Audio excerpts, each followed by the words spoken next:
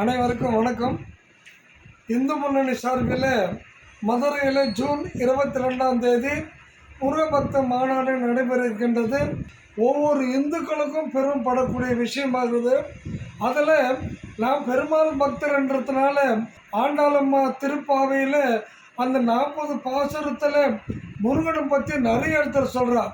அதில் முக்கியமானது புறவியோடாடலும் பாடலும் தேரும் குமரதண்டம் புகுந்து ஈண்டிய வெள்ளம் அறுவரை அணையனின் கோயில் முன்னிவரோ அரங்கத்தம்மா பள்ளி எழுந்தருளாயே. அந்தர தமரங்கள் கூட்டங்கள் இவையோ அருந்தவ முனிவரும் மருதரும் இவரோ இந்திர நாளையும் தானம் வந்திவனோ எம்பெருமான் உன் கோவிலன் வாசல் சுந்தரர் நெருக்க விச்சாதரர் நூற்க இயக்கரும் மயங்கன திருவடி தொழுவான் அந்தரும் பாரிட மில்லை மற்றிதுவோ அரங்கத்தம்மா பள்ளி எழுந்தருளாயே. சிவபெருமானுடைய மைத்துனர் பெருமாள், பெருமாளுடைய மருமகன் முருகன். அப்பேற்பட்ட முருகனுக்கு மதுரையில் மாநாடு நடைபெறுத்து நம்ம தமிழகத்தை சிறப்பு.